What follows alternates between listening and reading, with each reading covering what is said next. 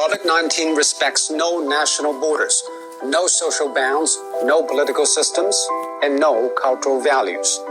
It hits us just as hard. It levels the world. Facing the pandemic, it is not what happened matters.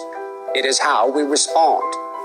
For almost a month, it infected thousands in Wuhan in a day, and every hospital bed was occupied. Now, empty beds and closed wards in the city. How did China make it? It is nothing new, but it's worthy to know. According to an initial WHO report, an infected person appears to spread it to an average of 2.6 people. And after 10 generations of transmission, with each taking 5 or 6 days, that one initial case has spawned 3,500 in matters of days. And that is what the world is seeing. What China did is to break the cycle by human intervention. The scale unprecedented in history. Extreme, draconian, and aggressive. These are the words used to describe China's response. But now, people have come to terms with the new norm, lockdown. Some people say, isn't that a violation of individual rights? Actually, the balance between individual rights and public safety is always an ever-changing equation. After 9/11, all the airports in the world began to impose draconian safety checks on passengers, and people accepted it because we traded a little of our freedom for the greater good of the public. China imposed the largest and most draconian quarantine in history. Factories shut, public transport stopped, and people stayed indoors. By doing that, it flattened the curve. On one hand, China avoided many millions of cases and tens of thousands of deaths.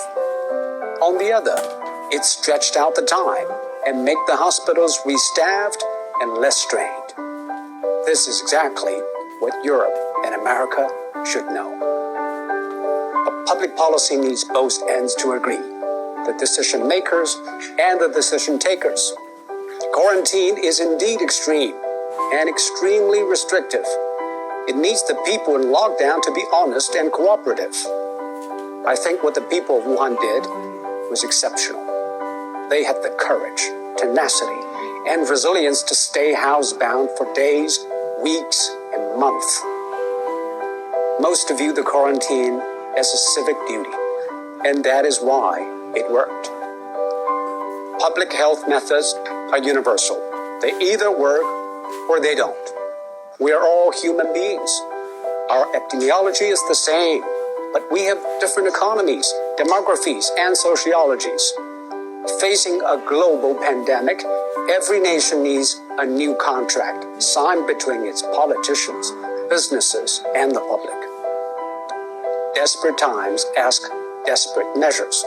This is a desperate time, and we should not put politics ahead of public health, now more than ever.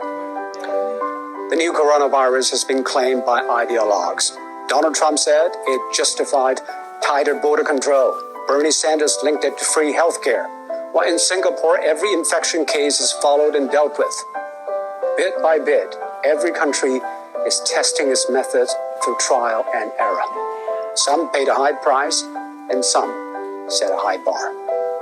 We should all move ahead with humility. There is no decision without trade-offs, and most of all, there's nothing without skin in the game. And now, the whole world has learned, or is learning, to play.